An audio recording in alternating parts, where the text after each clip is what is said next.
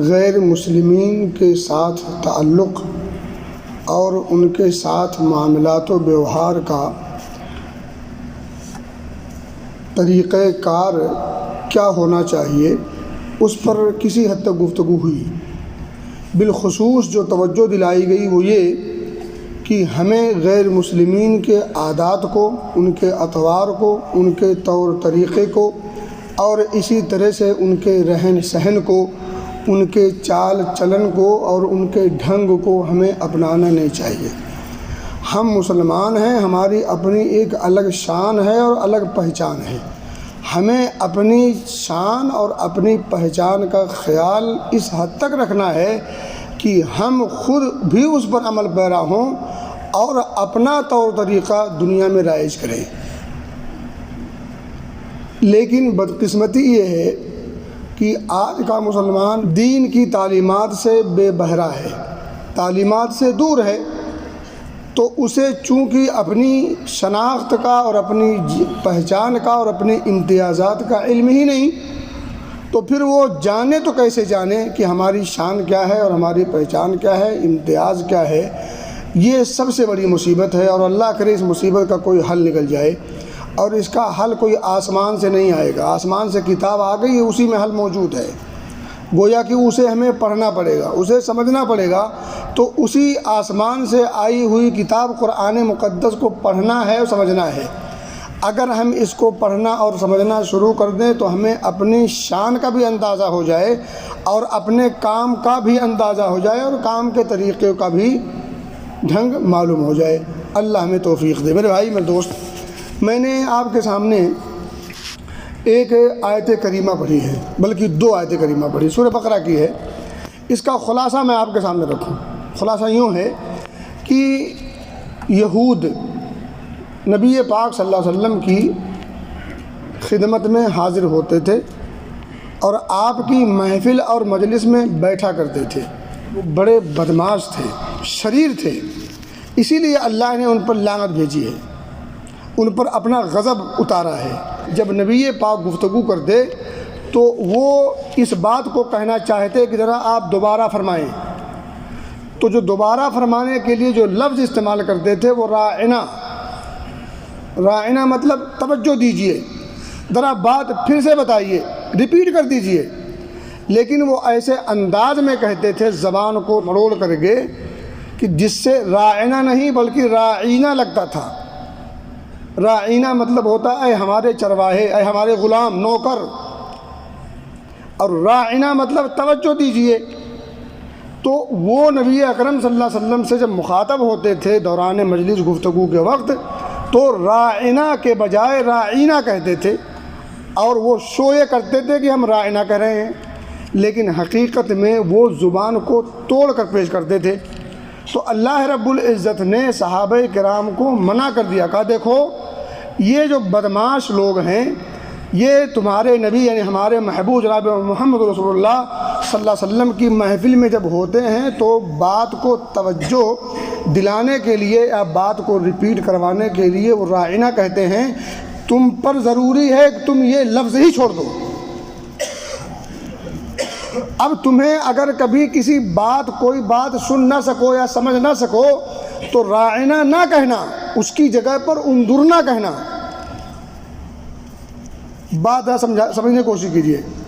نبی پاک صلی اللہ علیہ وسلم کے صحابہ کو وہ لفظ استعمال کرنے سے روک دیا گیا جو لفظ یہود لفظ استعمال کرتے تھے، اور وہ لفظ ہوتا تھا مناسب، لیکن اس کو ایسا توڑ کے پیش کرتے تھے، مروڑ کر پیش کرتے تھے جس سے اس کا ایک دوسرا معنی بھی نکلتا تھا جو خالی وہ سمجھتے تھے۔ تو اس لفظ کو شریعت نے مکمل طور پر نشان لگا دیا، نہیں اب اس کو استعمال نہیں کر سکتے۔ یا ایھا الذین آمنوا لا تقولوا راعنا، مومنو تم اس لفظ ہی کو استعمال نہ کرو۔ سوچیں، وقولوا انظرنا، بلکہ کیا کہو انظرنا، اے نبی ذرا ہماری طرف دیکھیے، یعنی بات کو ذرا پھر سے سمجھائیے، پھر سے بتائیے، ہم سن نہ سکے یا سمجھ نہ سکے۔ واسمعوا، اور اللہ نے آگے ایک اور حکم دے دیا، کہا پہلی بات تو یہ ہے کہ اگر یہ موقع آ جائے تو وہ لفظ استعمال نہ کرنا جو یہودی استعمال کرتے ہیں۔ بلکہ تم راعنا کے بجائے انظرنا کہنا، لیکن اس سے بڑی بات اللہ نے آگے اور بتا دی۔ اس سے پہلے توجہ یہ دو کہ یہ نوبت ہی نہ آئے۔ اللہ نے کیا کہا؟ اگر کہنا پڑے تو راعنا کے بجائے انظرنا کہنا ہے، لیکن اس سے بڑی بات یہ ہے کہ یہ نوبت ہی کیوں آئے۔ واسمعوا، سنو غور سے، کان لگاؤ، متوجہ ہو۔ ہم لوگ کیا کرتے ہیں؟ محفل میں بیٹھے ہیں، سوچ کہیں اور رہے ہیں، ذہن کہیں اور، دماغ کہیں اور، آپ کہیں اور۔ جب آپ دین کی محفل میں ہو تو کان لگا کے سنو، غور سے سنو، یہ نوبت ہی نہ آئے کہ دوبارہ پوچھنا پڑے۔ اتنے انہماک کے ساتھ اور اتنے اہتمام کے ساتھ سنا کرو۔ واسمعوا وللکافرین عذاب علیم، اللہ کہتا ہے کافروں کے لیے دردناک عذاب ہے۔ اور آگے کی آیت میں ہے ما یود الذین کفروا من اہل الکتاب ولا المشرکین، اہل کتاب اور مشرکین، یعنی آپ یوں کہہ لیں مسلمان کے علاوہ جتنے گروہ ہو سکتے ہیں سب، یہ کبھی آپ کا خیر نہیں چاہ سکتے۔ ما یود الذین کفروا من اہل الکتاب ولا المشرکین ان ینزل علیکم من خیر من ربکم، وہ کبھی نہیں چاہیں گے کہ تمہارے اوپر تمہارے رب کی طرف سے کوئی خیر نازل ہو۔ تو جو قوم، جو جماعت، جو افراد، جو لوگ ہمارے لیے خیر سوچ نہیں سکتے، ہم ان کی زندگیوں کو اپنی زندگی میں اتارنے کی کیوں سوچتے ہیں؟ نکتہ شاید سمجھ میں آئے۔ اہل کتاب ہوں یا مشرکین ہوں، یہ ہمارا خیر کبھی نہیں چاہ سکتے، لیکن مومنوں کا معاملہ یہ اپنے سگے رشتہ داروں سے زیادہ ہوتا ہے ایک دوسرے مومن کے ساتھ۔ خونی رشتہ اس رشتے کے سامنے ہیچ ہے، اور وہ کون سا رشتہ ہے؟ دینی رشتہ۔ انما المؤمنون اخوہ، المسلم اخو المسلم، کونوا عباد اللہ اخوانا، یہ سب قرآن و حدیث کے ٹکڑے ہیں۔ تو ایک مومن دوسرے مومن سے جو تعلق رکھتا ہے وہ تعلق خونی رشتوں میں بھی نہیں پایا جاتا۔ اب آپ سوچیں اگر دو سگے بھائی ہوں، ایک مومن ہو ایک کافر ہو، تو ان دونوں کا آپس میں جو رشتہ ہے خونی، وہ تو اس حد تک ٹھیک ہے، لیکن وہ پیار، وہ محبت اس بھائی کو ساتھ نہیں آ سکتی جو پیار اور محبت ایک مومن کو دوسرے مومن سے ہوتی ہے۔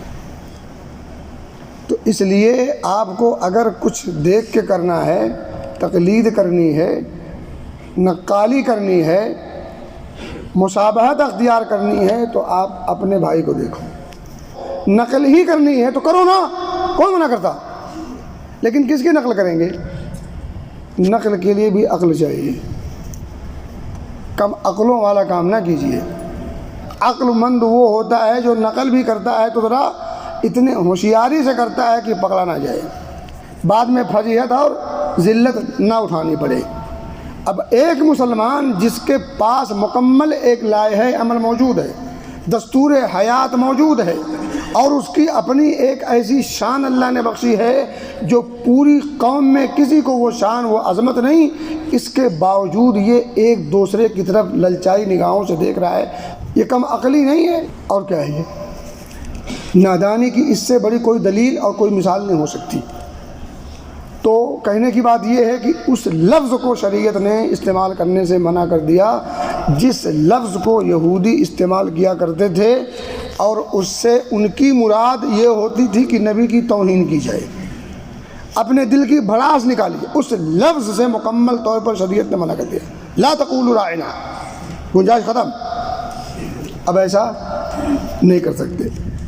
میں سمجھانا یہ چاہ رہا ہوں کہ ہمیں کپڑے پہننے ہیں، بال کٹوانے ہیں، مونچھ کٹوانی ہے، داڑھی چھلنی ہے۔ داڑھی کو چھیڑنا نہیں ہے، داڑھی کو نہیں چھیڑنا ہے۔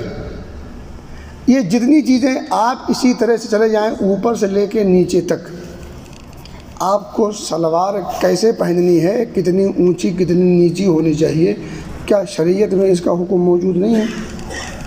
بالوں کے کٹوانے کے آداب نہیں ہیں، بال کیسے رکھے جائیں اس کا آپ کو ادب شریعت میں نہیں ملتا، مونچھ کیسی رکھنی ہے آپ کو نہیں معلوم، بغل کے بال کے آداب موجود ہیں، زیر ناف کے بال کے آداب موجود ہیں۔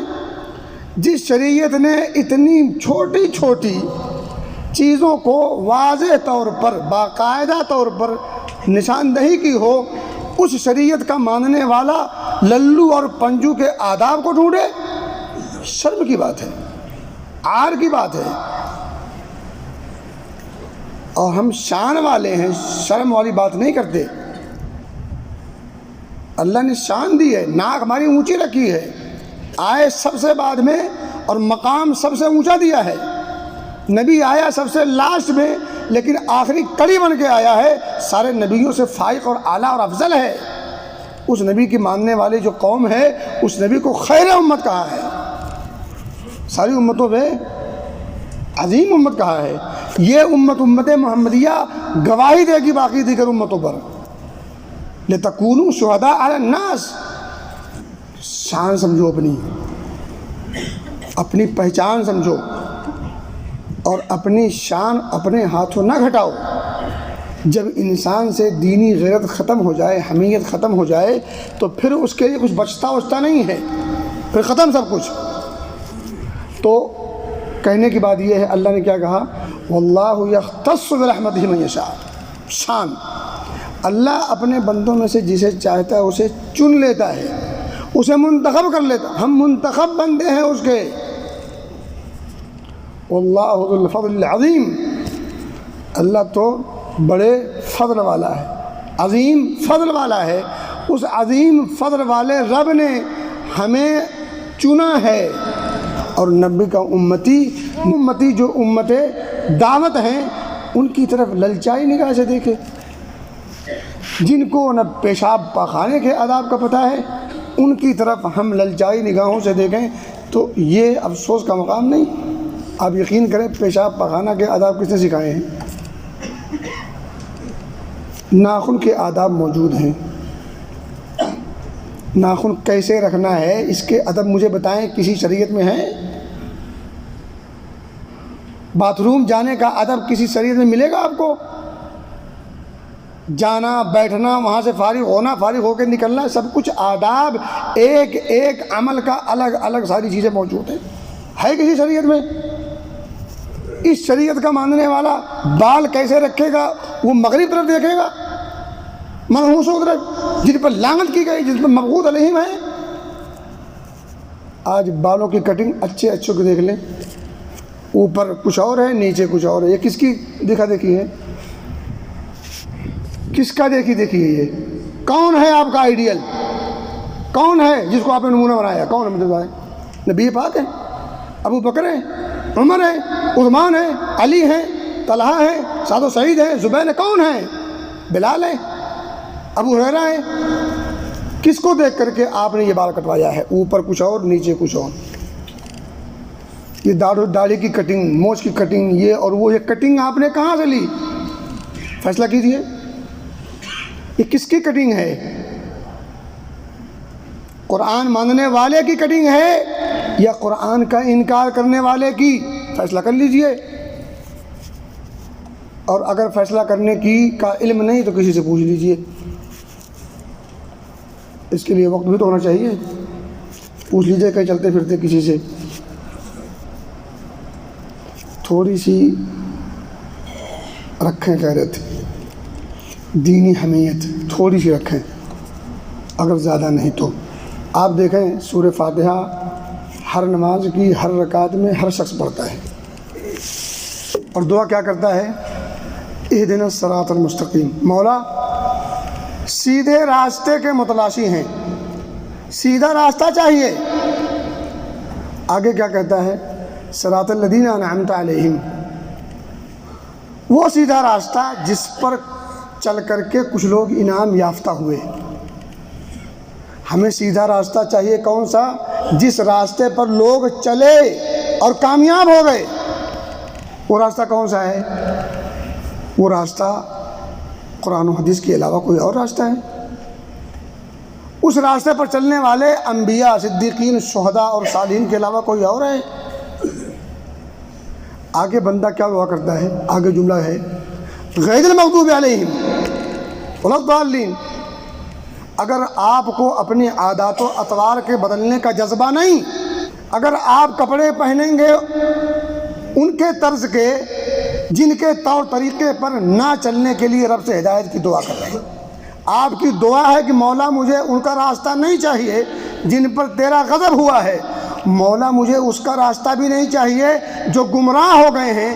یہ غضب والے کون ہیں، گمراہ کون ہیں؟ نبی اکرم صلی اللہ علیہ وسلم کی حدیث کہتی ہے کہ یہ جو جن پر غضب ہوا ہے یہ یہودی ہیں، اور جو گمراہ ہوئے ہیں وہ نصرانی ہیں۔ تو یہودیوں اور نصرانیوں کے راستے کو آپ نہیں چاہتے ہیں، رب سے بار بار دعا کرتے ہیں مولا مجھے راستہ چاہیے انبیاء کا، صدیقین کا، شہداء کا، صالحین کا، لیکن میں کروں گا کام مغضوب علیہم کا ولا الضالین کا۔ تو پھر آپ دعا کیوں کرتے ہیں؟ اس دعا کے کرنے کا کوئی فائدہ؟ مانگ کچھ اور رہے ہو، کر کچھ اور رہے ہو۔ ڈاکٹر کے پاس جاتے ہیں، کہتے بخار ہے، بخار کی دوا دے دیجئے، اور اسی کے سامنے آپ پیپسی کا ڈھکن کھول کے پی رہے ہیں، دہی کھا رہے ہیں وہیں بیٹھ کے، مولی کھا رہے ہیں بیٹھ کے وہیں پہ۔ اب آپ مجھے بتائیں، بخار کی دوا لینے گئے ہیں اور ساتھ ہی ساتھ مولی کھاتے ہوئے جا رہے ہیں،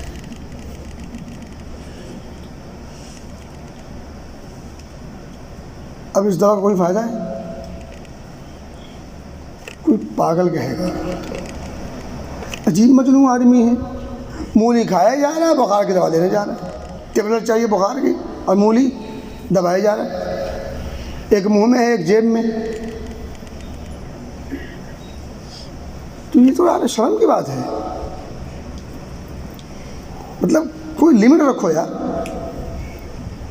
اپنی بود و باش سے، اپنے بول سے، گفتار سے، اپنی چال ڈھال سے، اپنے پہناوے سے، ان تمام چیزوں سے بھی دکھنا چاہیے کہ یہ کوئی نبی کا دیوانہ جا رہا ہے۔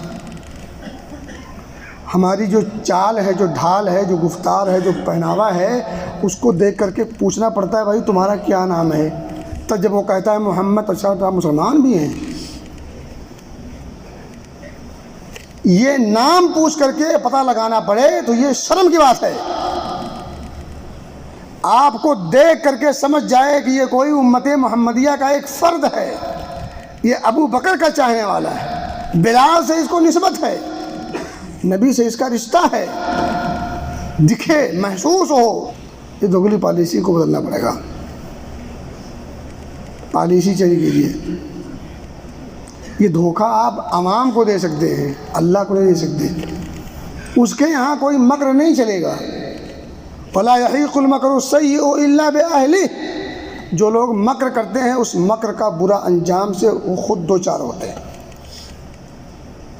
مکاری مکار کو لے ڈوبتی ہے، اس سے دوسرے کا کوئی نہیں بھی کچھ نہیں بگڑتا۔ خلاصہ کلام، آپ اور ہم یہ عہد کریں کہ ہم غیروں کی نقالی نہیں کریں گے، ان کی تقلید نہیں کریں گے، ان کی مشابہت اختیار نہیں کریں گے، بلکہ ان کی مخالفت کریں گے، ان کی اپوزٹ راہ اختیار کریں گے۔ پاجامہ کو ٹخنے سے اوپر پہننے کا حکم شریعت میں ہے، اور ایسا نہ کرنے والوں کے لیے جہنم کی دھمکی ہے، اتنا حصہ جہنم کی آگ میں جلے گا۔ ففی النار، کلیئر حدیث کے الفاظ ہیں۔ تو یہ بندہ آج یہ جو ہمارا امت محمدیہ والا نعرہ مارنا ہو تو میرا خیال ہے کہ یہاں سے آواز خوب چلی جائے، پائجامہ ٹخنے سے نیچے منع ہے، ٹخنے سے اوپر رکھنا ہے تو یہ ہم سے نہیں ہوتا۔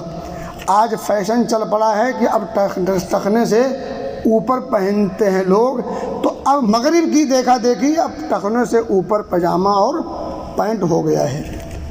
نبی کی حدیث اور سخت وعید، جہنم کی دھمکی سے ڈر نہیں آیا، نبی کی محبت نے اسے ٹخنے سے اوپر پہننے پر مجبور نہیں کیا، اور مغرب سے کیا کلچر آ گیا کہ اب وہ اپنے پیجامے کو، اپنے پینٹ کو، اپنے سروال کو ٹخنے سے اوپر پہننا شروع کر دیا۔ یہ شرم اور عار کی بات نہیں ہے۔